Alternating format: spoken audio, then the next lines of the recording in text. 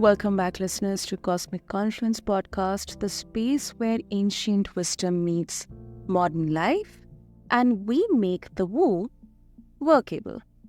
I'm your host, Sana, and today we are pulling on the invisible threads that shape us, the stories, loyalties, and patterns we inherit from our lineage. Now, healing isn't linear, it is layered, it's messy, it's secret, and the wildly transformative. And that's exactly why this conversation matters now more than ever. Listeners, my guest is Maria Camila Betancur, a medicine woman, moon dancer, and devoted student of the divine. She beautifully blends family constellations with shamanic practices, sacred sacraments, energy, work, and everyday embodiment to help people remember who they are and come back into right relationship with themselves, their parents, their ancestors, and the living earth. Listeners, in this episode, Maria breaks down family constellations in plain language, the three laws of love, how hidden loyalties drive our choices, and simple ways to start spotting patterns without a full session. We'll also talk about how honoring indigenous lineages with integrity and giving before we take.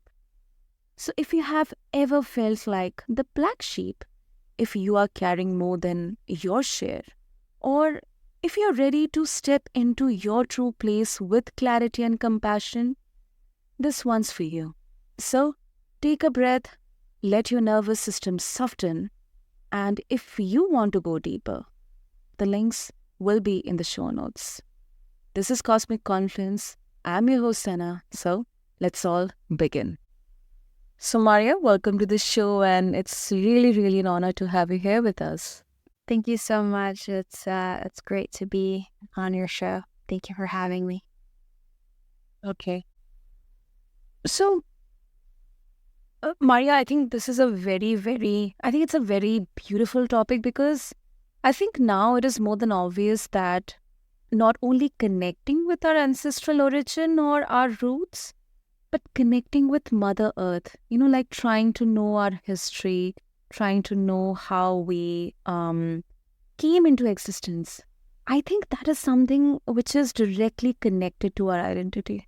And I think in the modern world where amongst all this hustle and bustle, when we are kind of unfortunately losing ourselves, it becomes much more relevant, much more needed. So, really, thank you so much, Maria, for what you are doing. Thank you. Yes,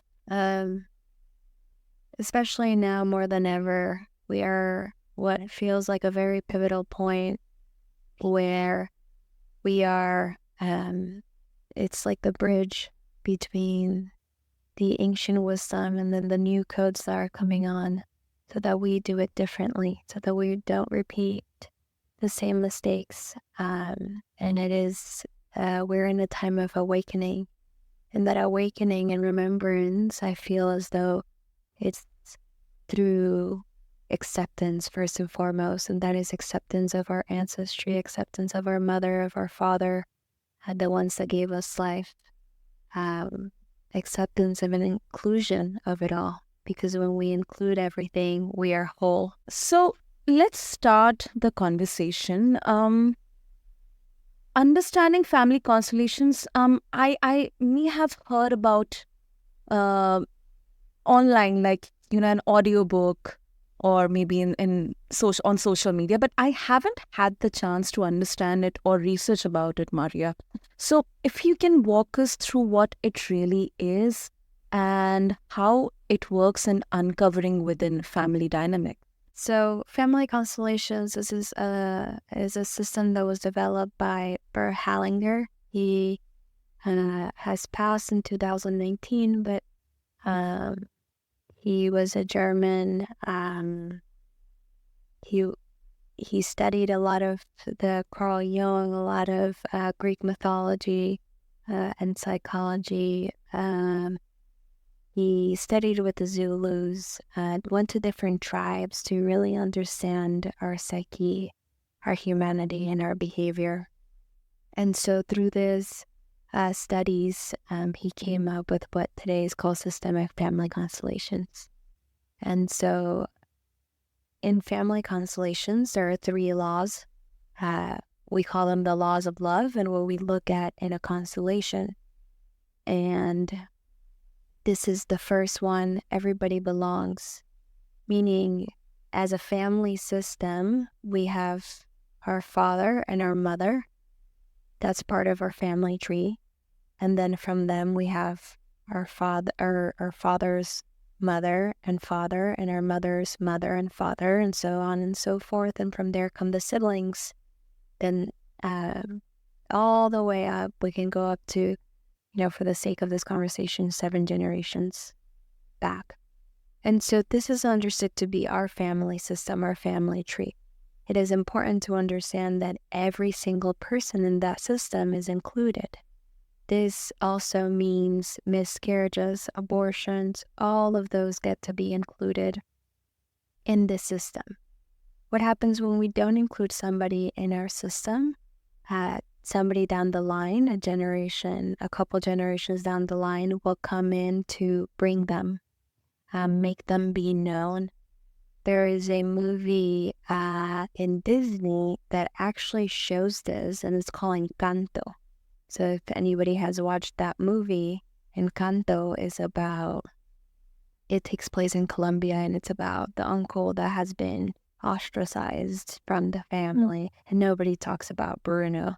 And so that is exactly what Family Constellations, this first law, brings forward, that everybody belongs, including the black sheep of the family, the uncle or the aunt that nobody talks to. It's important to include them. They all belong in the system, no matter what.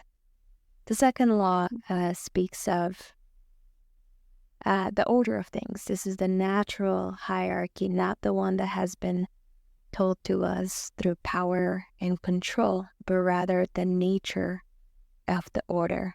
And so we see this, for example, the chickens and the pecking order that they have. It's a system where the ones that have come before go first, and the ones that have come after go follow the first.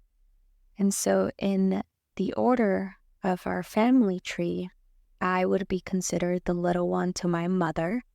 And then when I become a mother, I would be considered the big one to my child. And then as siblings, there's firstborn, secondborn, thirdborn, and so on and so forth. Every sibling in the order that they're born has a role, a specific role.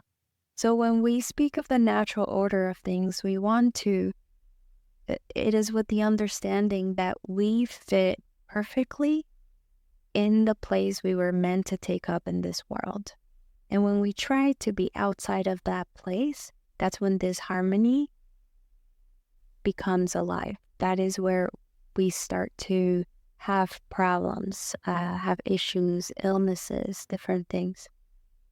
So when we take the rightful place in the world where we belong, everything is harmonized. The third law, and the final one, is the giving and receiving in balance. This is the not taking more than you need or that you can give back, and not giving more than somebody can give back to you, so that you stay in that balance of the reciprocity. Because when we give too much, and there's a part of us that expects something in return, and people can't possibly give us back as much as we give them, then they can often walk away, or resentment can be built because they're not being able to match the amounts that you're giving. So these are some of the examples in the harmony of the giving and receiving in balance. So why is this important? Because whatever our parents didn't finish, we will repeat. And so we call those invisible loyalties. It's blind love. And so we think we don't want to repeat the same mistakes, and so we avoid it. But by doing that, by not taking our rightful place, by avoiding somebody in the family, not including a family secret or a family member, we're actually repeating the same thing that our ancestors did. Wow. That is very, very, very interesting and fascinating. Very fascinating, Maria. And I think it's because when we talk about family, like most of us immediately would think of the surface level distant closest members. But what you are suggesting that there is an invisible, kind of a web which is influencing our choices and sometimes even our traumas. That's right. That's right. It's not just through our DNA, but it's also through the epigenetics. It is an invisible field of information that travels down our lineage. And so we may be repeating stories not from 1 or 2 generations ago, but by 4 or 5 generations. Maybe your great grandmother. That is who you have a loyalty towards, and that is the pattern and the trauma that you're repeating. And so through family constellations, we are able to put everything in right relationship and in right order. And so we can constellate anything. Why am I, for example, I have this business and it's not doing well. It's just not thriving. We can constellate that. And oftentimes there's something there that will make it into right relation because, again, we are simply repeating the patterns of our ancestors. And so when we can take a look into the field of what pattern is being repeated and what needs to be put into right relation, then everything is harmonized. So it's a blueprint per se, is how I like to see it. It's like being given the map to successfully live this life in a good way. As we now understand, more clearly about family constellations, its significance, how, as a, person, if I can ask, how can I start noticing these hidden patterns in my daily life, without maybe doing a full constellation session? Of course, so you can start to recognize the easiest first one is, what's your relationship to your father and your mother? Because a lot of the times we have a lot of judgment to our parents and how they're supposed to be, and thinking that we can do it differently than they have. And the reality is of course, with the tools we have today, maybe we can do it different. But if we go back to the time in which they did it, the available resources that they had, and their level of consciousness in that moment, could you actually do it differently than they did? And so when we enter this space of judgment towards how they could have done it and how they did it, we begin to put ourselves as the big ones, not the little ones. And that in itself, you're not in right relation. And so with the understanding that I am 50% my father on my right side and 50% my mother on my left side, when I deny my parents, let's say I deny my mother, then I am denying 50% of me. I am denying my feminine energy. I am denying abundance, because the mother is connected to abundance, to health, to wealth. I am denying all these parts of me. And so if somebody is not doing a full constellation, but the person that perhaps is listening to this right now and saying, this is not going right in my life, I invite you to check into your relation with your father and your mother. And I do want to say and make this very clear, this does not mean have a relationship, a physical relationship with somebody that may have been abusive and it is detrimental to you. A lot of this that I'm talking about is from the heart space. How are you in relationship from the heart space to your mother and your father? Not always physically, because I understand that there may be boundaries that get to be established. because while you may do the work, I may not have that work or access to the knowledge to do that work. So a lot of this is done from the heart, feeling them and taking them in your heart. Thank you for addressing that, Maria, because I think that is also a very crucial factor to consider here. And like it's kind of a very personal question, Maria. Now I have seen like many people, and this is something that I also many times share, that often our decisions, or how do we react to certain kind of events or moments or situations, is largely dependent on what our older generations could have done or could have gone through. So it's kind of what people like call the generational trauma. And somehow, let's say if my father's side, all the ancestors, unfortunately, if they have gone through something, and it's kind of coming through to the younger generations, then kind of becomes like a triggering factor for me to think or make a decision. So in such cases, how does understanding the family constellation help in maybe healing or recovery or in understanding? Well, through family constellations, we take a look at what particular pattern is being repeated, what is wanting to be looked at. Sometimes, for example, when it is generation after generation, there is a need to recognize both the victim and the victimizer in the lineage. Not just the victim and not just the victimizer or the perpetrator, but rather recognize that there have been both.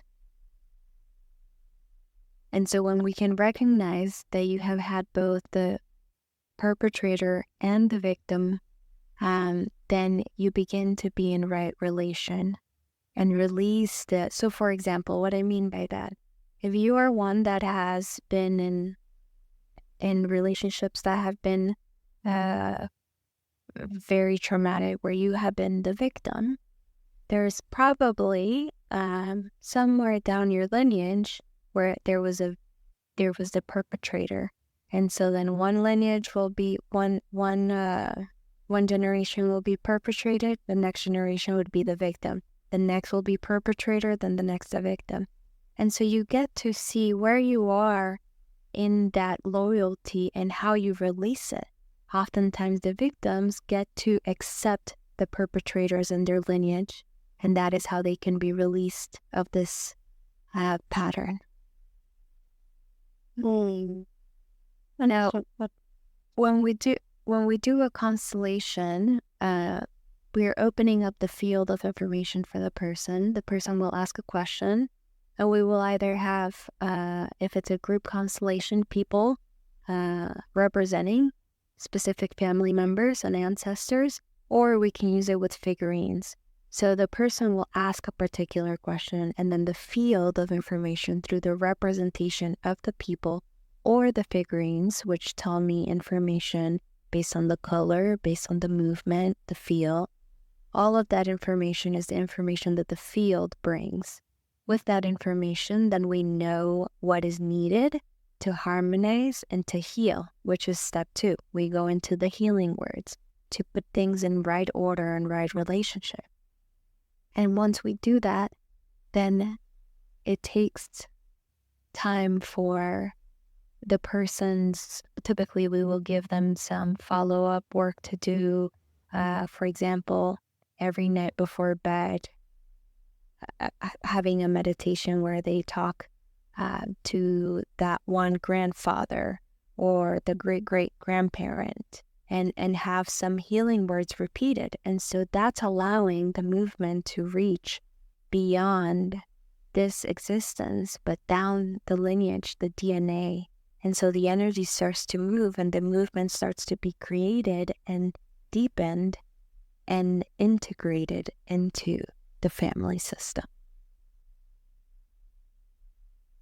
That sounds actually very, very useful, Um, and like you also like talking about meditation since you brought it. So you have also blended modalities like shamanic practices to Kundalini and IFS. So how does family constellations fit into this broader tapestry of healing? Yeah, so the many modalities that I hold, I have used first for myself personally. They have been the tools that I have used for my own healing and remembrance, and then have turned into the tools that I use for others. And so how they weave together is that it's not a one size fits all. Every single person um, is at a different point of their journey. Some people may need to start with some internal family system work or some family constellations work before they get into a psychedelic space where they are receiving an entheogen.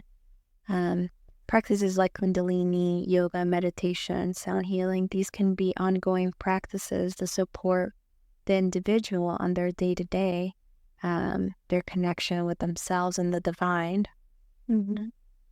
So they all weave in together, not just within the ceremony space, but the ceremony of life.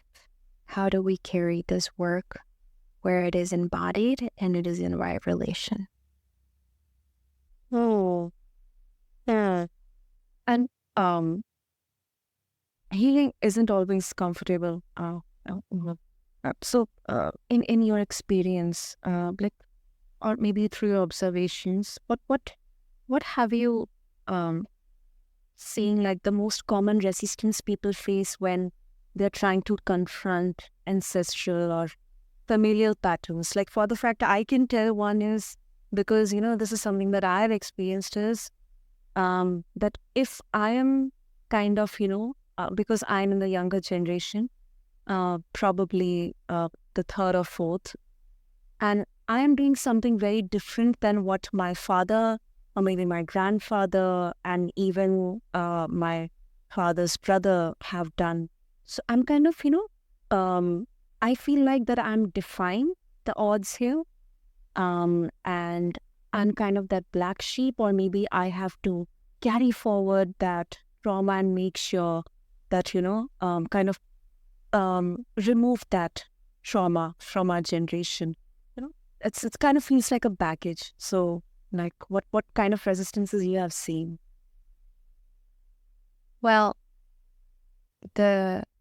when you share your story from a systemic family constellations, we call that bad consciousness. And what Bert Hellinger would say is that when we do the same as our family, we do what we're told and we repeat, we have good conscience. We're good boys and girls. We do what we're told.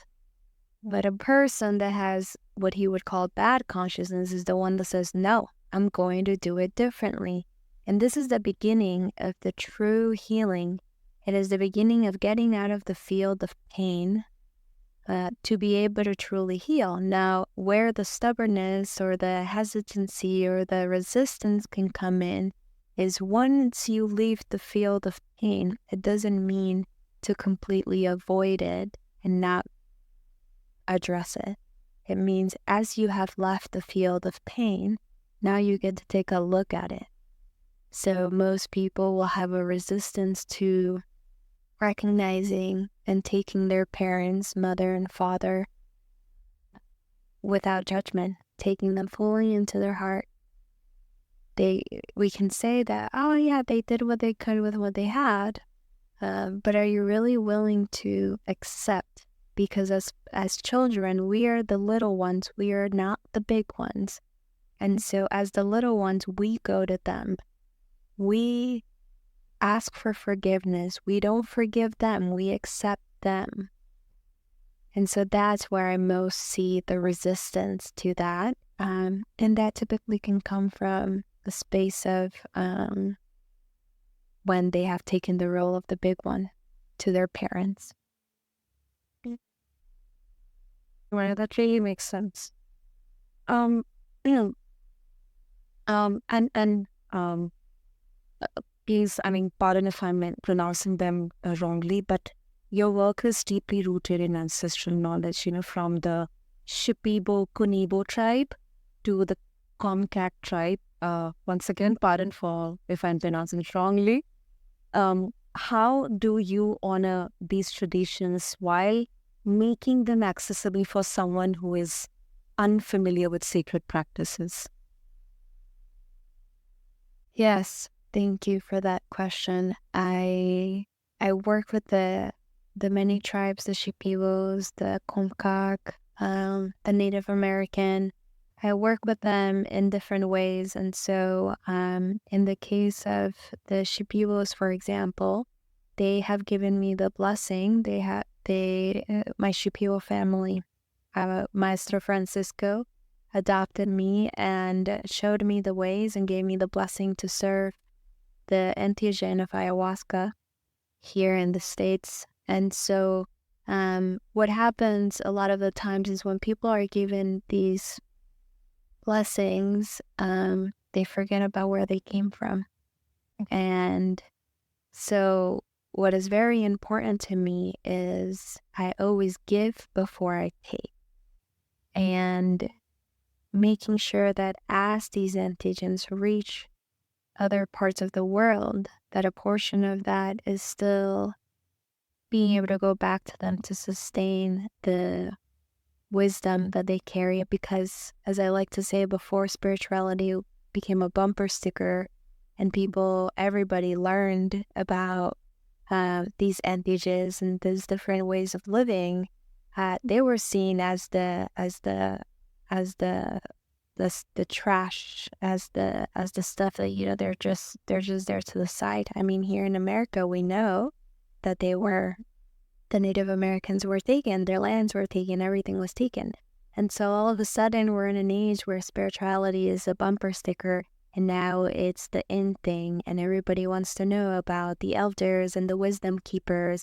But before that was the case, they were silently keeping the wisdom and the planet continuing to operate through their prayer without us seeing it and without needing the acceptance or the recognition. They were doing it because that's the prayer, because they know. And so now it is up to us to be able to support them now that we are aware and know about them, to support them to continue their wisdom.